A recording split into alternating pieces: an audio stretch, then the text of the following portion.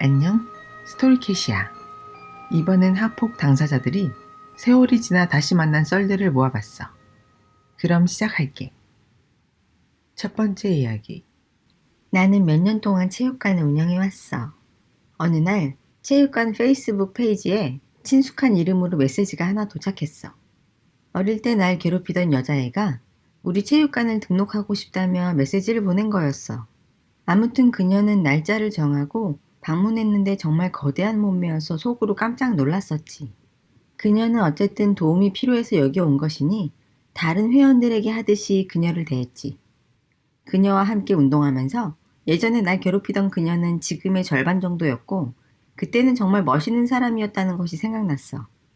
하지만 나는 이제 성인이고 지난 날에 대해서는 언급하지 않기로 했어.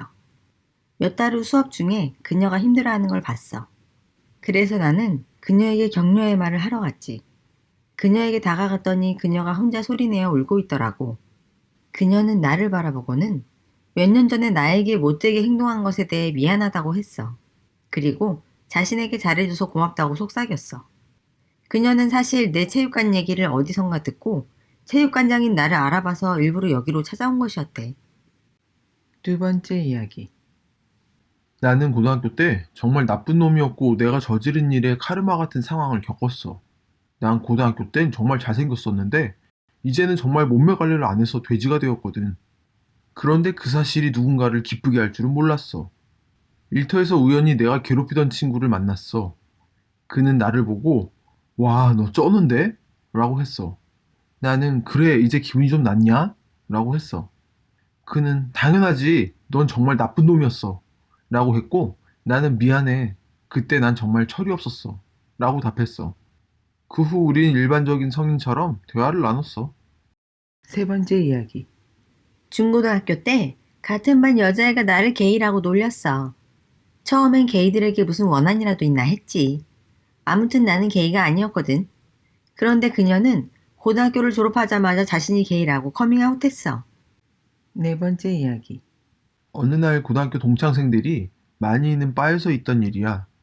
동창 중에 한 녀석이 나에게 와서 나를 무슨 자기 인생의 숙적같이 묘사하더라고. 갑자기 생각났지만 사실 나는 10년 동안 그 녀석을 한 번도 생각한 적이 없었어. 다섯 번째 이야기. 이 얘기가 맞나 싶지만 한 10년 전 아빠가 TV를 보며 소리치는 걸 본 적 있어. 저 녀석이 자기 TV쇼를 갖게 되다니. 내가 어릴 때 저놈 때문에 고통받았다고. 저 녀석은 점심값을 위해 아이들을 괴롭혔고 이유 없이 밀치고 아이들의 장난감도 빼앗았다고. 라고 했어. 그리고 화면에서 그 사람이 행동하는 걸로 봐선 그다지 많이 잘한 것 같지 않더라고. 그게 누구냐면 TV쇼 아메리칸 차퍼의 폴 투들 시니어야. 여섯 번째 이야기. 중1 때 새 학교로 전학을 갔어. 처음에는 친구도 잘 사귀고 성적도 좋았지. 그런데 언젠가부터 한 덩치 큰 아이에게 찍혔어.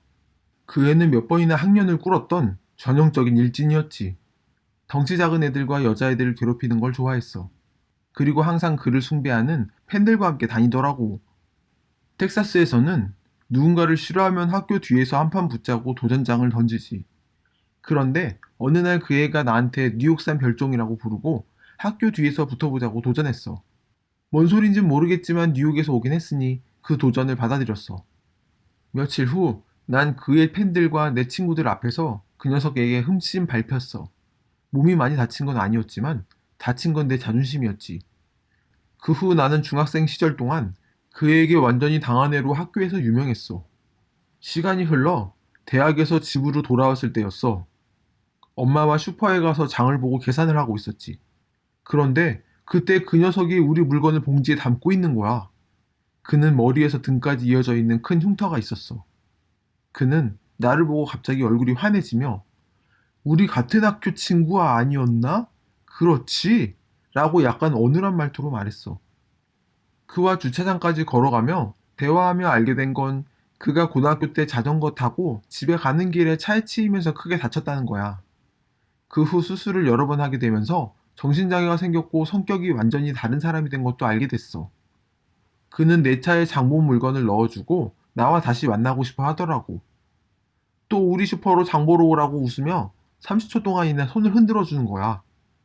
이때까지 난 그를 너무나 미워하고 저주하며 살았는데 집에 가면서 거의 울 뻔했어. 왠지 그에게 미안해지고 그렇게 그를 미워했던 내가 너무 싫어질 정도더라고. 7번째 이야기. 고등학교 때 내가 자주 괴롭히던 애를 만나게 됐어. 우린 서로를 알아보고 다가갔지. 10년 가까이 못 봤기 때문에 만나서 얘기를 좀 나눴어. 헤어지기 전에 그때 내가 그를 괴롭혔던 것을 사과했어. 변명하지 않고 내가 얼마나 쓰레기 같았는지 그리고 그것에 대해 얼마나 미안한지. 나는 지금도 가끔씩 내가 그의 인생에 어디쯤 있을지를 생각하곤 해. 8번째 이야기. 나는 감옥에서 일해. 내가 다니던 고등학교에서 제일 잘 나가던 얼짱 일진이 이 감옥 창살 뒤에 있는 걸 본 적 있다니까. 9번째 이야기. 몇 년 전에 나는 예전 고등학교 때의 일진을 게이바에서 만났어. 그날 밤 그는 내 밑에 깔려 있었지. 10번째 이야기. 약쟁이 엄마 집에서 살고 있을 때 중학교에서 나를 괴롭히던 패트릭이라는 녀석이 있었어. 한 번은 그 애 때문에 갈비뼈 2개가 나갔었어. 그리고 그 애와 친구 2명이 내 얼굴을 차서 눈을 다쳤지. 그러다가 아빠 집으로 이사가서 녀석들을 다시 보진 못했어. 중학생 시절 괴롭힘 당하던 녀석들 몇몇은 지금은 상당히 착해졌고 몇몇은 여전하지. 고등학교 때는 태권도를 배웠는데 나는 키가 컸지만 소심해서 싸울 용기가 없었어. 태권도를 통해 그걸 극복했지. 고등학교를 졸업한 지 2년 뒤 이사한 엄마를 방문하러 갔는데 거긴 정말 질 나쁜 녀석들이 있는 곳이었어. 거기 누가 있었는지 알아? 패트릭도 있었어. 지금의 그는 나보다 키가 한 뼘은 작았고 다이어트하는 여고생 마냥 비쩍 말라 있었어. 그는 누가 봐도 안 좋은 약을 한 것 같았고 나중에 여러 종류의 믹스된 약을 했다는 것도 알게 됐어. 나중에 그와 얘기하면서 너희들로부터 맞았던 것 때문에 내 코에 문제가 생겼다고 얘기했더니 그는 그냥 웃더라. 나는 엄마가 살고 있는 내 남동생과 여동생을 보니 그들이 이런 환경에서 얼마나 힘들지 짐작이 됐어. 그래서 엄마에게 말했어. 이런 녀석들과 함께하고 싶다면 그렇게 해. 그렇지만 우리는 떠날 거야. 그리고 동생들을 차에 태우고 함께 아빠 집으로 갔어. 동생들은 아빠와 함께 살기 시작했고 그 후로 상태가 많이 나아졌어. 패트릭은 나와 엄마를 무시한다고 화를 냈었고 나에게 손을 들어 올렸어. 하지만 나는 그냥 그를 뚫어져라 쳐다보았지. 그는 빠르게 주먹을 내렸어. 요약하자면 난 엄마 집에서 중학교 때 날 괴롭히던 녀석과 엄마를 뒤로하고 동생들을 데리고 나왔어. 생각보다 기분 좋은데? 11번째 이야기. 난 회계 쪽으로 일을 찾고 있었어. 여러 사이트에서 일자리를 찾다가 제법 좋아 보이는 한 회사를 발견했어. 지원서를 쓰는 도중에 사이트를 더 둘러보니 회사의 최고 경영자 이름이 보였어. 자세히 보니 고등학교 때 날 괴롭히던 애더라. 믿기지가 않아서 나머지 하루가 다 힘들었어. 그놈이 이제 자기 회사의 최고 경영자라니. 난 회계사인데 인생이 원한대로 되는 건 아니더라고. 12번째 이야기. 어렸을 때 나는 좀 뚱뚱했고 다니던 교회의 러스티라는 애한테 항상 괴롭힘을 당했어. 그 애는 나보다 5살 많았는데 몇 주에 한 번씩 나를 괴롭히곤 했지. 14살 때 이사 가면서 감사하게도 그 녀석을 더 이상 만날 필요가 없어졌어. 내가 대학에 입학하면서 이제부터 건강을 챙기기로 결정했어. 그래서 몇 가지 무술을 시작했지. 2년 동안 했고 19kg이나 빠졌어. 대학을 졸업하고 나서 고향으로 돌아와 새로운 MMA 체육관을 찾았어. 가장 평판이 좋은 체육관에 갔는데 거기 있던 사람 중 한 명이 바로 러스티였어. 진짜 레알 그가 있었고 나한테 걸어오더라. 그는 전혀 변하지 않아 보였지. 나에게 첫 말이 드디어 스스로 방어하는 법을 배우러 온 거냐? 였어. 나는 미리 전화해서 강사에게 내 상황을 설명했고 내 장비들은 차에 있었지. 수업이 끝나면 자유롭게 주짓수 스파링을 하는데 러스티는 내 운동 경험을 전혀 모르고 나하고 스파링을 하자고 하며 강사를 졸라댔어. 그는 MMA에 3개월 정도 있었고 UFC 유료 방송을 한 번도 놓치지 않고 봤대. 긴 이야기를 짧게 하자면 스파링에서 나는 3번이나 그를 제압하고 완전히 그를 이겨버렸어. 그리고 그 후로 러스티는 체육관에 다시 오지 않더라. 이건 내 인생에서 가장 좋아하는 이야기 중 하나야. 지금까지 내가 아는 사람 중에 어릴 적 자기를 괴롭히던 사람을 어른이 돼서 쓰러뜨린 사람은 나뿐이었어. 13번째 이야기. 이건 진짜 전형적인 얘기야. 고등학교와 중학교 때 날 괴롭히던 여자애 때문에 정말 힘들었어. 같은 반이 될 때마다 나한테 싫은 티를 팍팍 드러냈고 다른 애들도 그걸 따라하더라고. 애들이 놀릴 때 말고는 애들과 말을 할 일이 거의 없었지. 내가 힘들어할 때면 아빠는 항상 나를 위로하려고 했어. 걱정 마, 아가. 언젠가 그 애는 맥도날드에서 일하면서 너에게 감자튀김을 줄 거야. 라고 했지. 고등학교 졸업 후 몇 년 뒤 아빠와 함께 햄버거 집에 갔는데 진짜로 그녀가 햄버거 매장에서 일을 하고 있더라고. 주문하려는데 그녀가 날 기억하지 못하겠지? 라고 했어. 기억 못하긴 어떻게 기억 못하겠어. 그리고 그녀가 감자튀김 추가할래? 라고 물었어. 그래 넣어줘. 우리 아빠가 9년 전에 정확하게 이 얘기를 했었다고. 14번째 이야기. 5학년 때 진짜 못된 선생님이 있었어. 그 선생님이 내 학창시절 1년을 완전히 망쳐놨어. 어느 날 우연히 내 친구가 일하는 바에서 그 선생님을 만났어. 친구들과 술을 마시러 온 모양이었지. 사실 어제 우린 럼주와 맥주를 섞어서 하수구 냄새 나는 술을 만들어 놨었어. 나는 선생님과 그녀의 친구들을 제대로 낚아서 그 술로 건배를 하게 만들었지. 난 몰래 다른 술을 들고 그들에게 건배했고 그들은 호기심에 그 술을 원샷했어. 그 선생님과 친구들은 바닥에 토하기 시작했고 마을의 유일한 바에서 쫓겨났어. 쌤통이다 선생. 15번째 이야기. 우리 언니는 어릴 때 자기를 괴롭혔던 애들과 친구야. 좀 슬픈 건 언니는 점점 인기인이 되었고 그들이 원하는 사람이 되면서 그들이 먼저 다가와 친구가 되길 원한 거였어. 어떻게 그들 사이에서 그 얘기가 다시 나오지 않는지 모르겠어. 아니면 설마 언니의 계획은 장기적인 건가? 먼저 시간을 들여 그들의 신뢰를 얻고 공식적인 자리에서 그들을 완전 박살내려는 거 아니야? 16번째 이야기. 우리 아빠는 진짜 덩치가 커. 키가 2m가 넘고 몸무게가 거의 140kg 정도 되는데 어릴 때 내가 학교에서 괴롭힘 당해 우울해할 때면 아빠는 나에게 이 얘기를 많이 해주곤 했어. 고등학교 때 아빠는 꽤 통통했었대. 미식축구를 잘했지만 아빠는 농구를 너무 좋아했어. 1학년 때 농구팀에 가입하려고 했지만 농구부를 담당하던 역사 선생님은 아빠의 몸무게를 문제 삼았대. 하지만 아빠는 포기하지 않고 여름 동안 다이어트로 열심히 몸무게를 줄였대. 2학년이 되자 그 코치가 아빠의 역사 선생님이 되었대.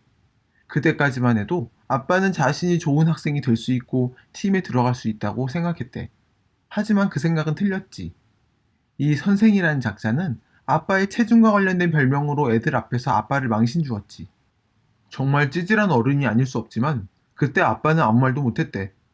그러다 농구부 코치 변경으로 인해 겨우 2학년 때 농구 대표팀에 합류하게 되었대. 5년 후 아빠는 학교가 있던 인근 도시의 바에서 경비원으로 일하게 됐어. 그러던 중에 그 못된 농구 코치가 바에 들어왔대. 아빠는 일하고 있으니 점잖게 과거의 일을 무시하려고 했지. 하지만 아빠가 그를 알아보자 그 코치는 아빠를 그때 그 겁쟁이 돼지라고 부르며 놀리기 시작했대. 아빠는 점잖게 너무 취한 것 같다고 바에서 나가달라고 부탁했지만 그는 아빠에게 손을 들어 올렸대. 아빠는 참을 수 없어서 그를 잡아다가 밖으로 끌고 나가 너 같은 놈 때문에 힘들어하는 애들이 있다고! 라고 외치며 그를 아주 제대로 혼내줬다고 해. 아빠와 경비원 친구들은 이 이야기를 자주 꺼내곤 했어. 복수란 이런 걸까? 17번째 이야기. 우리 아빠도 비슷한 일을 겪었어. 아빠는 아일랜드의 가난한 농부집에서 자랐는데 교회 크리스마스 데이쇼에서 노래하는 것만을 꿈꿨대. 그리고 기타를 사서 혼자 연주하는 법도 배웠대. 그런데 학교 교장이 아빠나 아빠의 가족을 공연에 나서게 하지 않았대. 30년 후 우리는 외할아버지의 장례식 때문에 아일랜드로 돌아갔어. 우리가 친척의 술집에 들어갔을 때 바에 앉아있는 노인 한 명이 보였어. 아빠는 그를 보고 화가 나서 얼굴이 울그락불그락 하더라고. 아빠는 곧 그 노인에게 달려들어 세게 쳐서 그를 넘어뜨렸어. 그리고 아빠는 주먹을 그의 얼굴에 들이대며 더 맞기 전에 꺼지라고 했지. 그는 불이 나게 도망갔어. 나는 그 장면에 정말로 충격을 받고 노인에게 잠시 미안했지만 곧 안얘기 됐어. 그 노인이 학교에서 어린 학생들을 뿅추행하고 있었다는 것을 알게 되었으니까. 그는 마음에 드는 아이들을 골라 마음대로 손댔다고 해. 특히 순수해 보이는 소년들을. 아빠는 그 사람이 너무나도 미웠고 만약 그를 술에 취한 상태에서 만났다면 무슨 짓을 했을지 모른다고 했어. 18번째 이야기. 이 얘긴 좀 무서워. 내가 중학교 때 한 친구가 있었어. 그 친구에게 TV쇼 구조출동 911에서 본 얘기 중 하나를 해줬는데 그건 어떤 사람이 들판에서 사륜 바이크를 타고 다니다가 철조망을 못 보고 머리가 날아간 사고였지. 그리고 1년 뒤에 그 친구와 사이가 안 좋아졌고 나에게 하면 안 될 말들을 하기 시작했어. 나의 외모나 우리 집의 경제 사정을 다른 애들 앞에서 놀렸지. 나는 이민자 가정에서 자랐는데 그 친구는 항상 나에게 너희 나라로 돌아가라고 했어. 중학교 시절은 그런 애들 때문에 정말 힘들었지만 친구들은 그 친구를 좋아했고 싸워봤자 나에게 이득될 건 없다고 생각했지. 고등학교 졸업 후 여름에 그 친구가 들판에서 사륜 바이크를 타다가 철조망을 못 보고 사고를 냈대. 그 결과로 철조망에 머리가 날아갔다는 거야. 진짜 이상하지? 그 일이 일어나기 7년 전에 내가 그 친구에게 미래의 사인을 그대로 예언해 준 것 같은 기분이야. 19번째 이야기. 난 두 가지 얘기를 해줄게. 첫 번째는 대략 10년 전에 슈퍼마켓에서 임시직으로 일했을 때 얘기야. 그냥 진열대에 상품을 진열하는 일이었어. 식당에 취직하려고 고용돌차를 기다리는 동안 잠깐 있던 거였지. 결국 좋은 일자리를 찾았고 일단 슈퍼마켓에서의 첫 봉급을 받으러 갔어. 그런데 그 매니저가 고등학교 때 나를 괴롭혔던 남자애였던 거야. 그가 날 알아보고 인사해서 그와 일상적인 대화를 조금 나눴어. 그리고 곧 그는 나에게 고등학교 때 난 정말 어리고 멍청한 양아치였어. 너에게 한 짓은 정말 미안해. 라고 사과하더라고. 그래서 나는 웃으며 그와 악수를 했고 과거 일은 잊어버리기로 했어. 그건 정말 멋진 일이었어. 두 번째 이야기는 멋지진 않지만 좀 빵 터지는 얘기야. 보통 학교에서 얼짱으로 여왕님처럼 대접받는 여자애 있잖아? 걔는 전형적인 풋볼 선수와 사귀는 예쁘고 성질 나쁜 여자애였어. 나한테 그녀는 마치 드라마 속 전형적인 악녀처럼 멍청하고 버릇없는 애였지. 남의 불행을 즐기는 편은 아니지만 그날은 달랐어. 한 버팔로빈 가게에 들어갔는데 바로 그때 여왕님이 카운터 뒤에 서 있더라고. 고등학교 이후 그녀를 본 건 10년 만인 것 같아. 몸무게가 조금 늘어난 거 빼고는 거의 변한 게 없었어. 내 말은 마치 시간이 멈춘 듯 화장마저 고등학교 때랑 똑같이 하고 있는 거야. 그녀에게 말을 걸었는데 나를 알아보고 여전히 싸가지 없는 고등학생 같은 태도를 보이더라고. 정신연령이 미성년자에서 멈춘 것 같은 그녀를 난 어떻게든 도우려고 했지만 그녀는 넌 필요 없어! 라며 도움을 원치 않더라고. 그래서 내버려 두었지. 어쨌든 나중에 알게 된 건 그녀의 상사가 나의 룸메이트였다는 거야. 그녀의 이야기를 물어보니 혼자 아이를 키우는 싱글맘이었고 얼마 전에 엄마 집에서 쫓겨났대. 그리고 그녀는 손님들에게 무례하게 행동해서 결국 해고되었대. 그 순간은 마치 정의가 실현된 것 같았어. 20번째 이야기. 고등학교 때 진짜로 난폭한 녀석을 알게 됐어. 그 녀석은 내 친구를 위협하면서 트러블이 한 번 있었지. 실제로 싸우진 않았지만 그 애는 확실히 우리의 적이었어. 그 후로 4년 후에 나는 나라의 절반은 넘어가야 있는 공항에서 그를 다시 만났어. 그는 지금 굉장히 착한 놈이 되었더라고. 해병대에서 그의 멍청함을 다 때려 없애버렸다고 해야 하나? 21번째 이야기. 나는 휴스턴에 있는 비디오 대여점에서 일하고 있었어. 약 1989년도쯤이었고 내가 고등학교 졸업한 지 2년 후였지. 어느 날 고등학교 때부터 졸업할 때까지 항상 나를 괴롭히던 여자애가 가게 안으로 들어왔어. 그녀는 가게를 가로질러 걸어오더니 헛소리만 늘어놓는 거야. 그녀는 날 기억하지 못하는 것 같았어. 결혼식 전에 여자친구들끼리의 처녀 파티를 할 거라며 나한테 아주 질펀한 성인 영화 3편을 골라달라고 부탁했어. 우리 가게엔 성인용 비디오 코너가 따로 있었는데 거기 들어가기 부끄러웠나 봐. 그래서 난 레즈비언 성인 영화 3편을 봉투에 싸서 건넸고 그녀는 그 영화들을 들고 사라졌지. 그녀가 파티에서 그 영화들을 틀었을 때의 표정은 볼만했을 거야. 그 비디오들은 며칠 후에 비디오 회수용 박스에 넣어뒀더라고. 그녀가 비디오를 대여할 때 그녀 부모님의 계정으로 했기 때문에 나는 그녀 부모님에게 메시지를 보냈어. 빌려갔던 성인 영화 중 모나와 3인의 뜨밤 파티가 손상되었으니 $30를 청구한다고. 22번째 이야기. 중학교와 고등학교 때 나는 운이 좋았는지 내시빌 테네시에 있는 금수저들만 다니는 사립학교에 다녔어. 난 교복도 제대로 못 사 입는 흙수저였기 때문에 아무도 나한테 관심도 안 가졌고 딱히 괴롭히는 애도 없었어. 중3이 될 때까지는. 거기 역시 누구도 나에게 말을 걸지 않았지. 그리고 우리 반엔 진짜 재수없는 애가 하나 있었는데 그 친구는 다른 친구들을 자기 하인대하듯이 하더라고. 하지만 그 친구 부모님이 돈이 많아서 학교에서도 뭐라고 안 했어. 그 친구 페이스북을 최근에 봤는데 그의 첫 번째 람보르기니 차량이 사고로 파손되니까 부모님이 두 번째 람보르기니를 사준 모양이야. 나는 누굴 미워하지 않으려고 노력하는 편이지만 누가 그 차 좀 긁어줬으면 한다니까. 23번째 이야기. 7년 전 나는 카지노가 많은 아틀랜틱 시티에서 포커를 하고 있었어. 그런데 우연히도 어릴 때 나를 괴롭히던 놈이 내 테이블에 앉는 거야. 나는 그의 돈을 노리기 위해 그 테이블에 계속 앉아 있었어. 그는 꽤 취했고 포커 실력도 별로인 것 같았지. 그래서 나는 그와 1시간 조금 넘게 게임을 해서 대충 $600 정도 딴 것 같아. 그가 지금 어떤 일을 하고 있는지는 모르겠지만 카드 게임에서만큼은 확실히 멍청한 호구인 것 같아. 지금까지 스토리캣이었어. 다음 시간에 다른 이야기로 찾아올게. 안녕.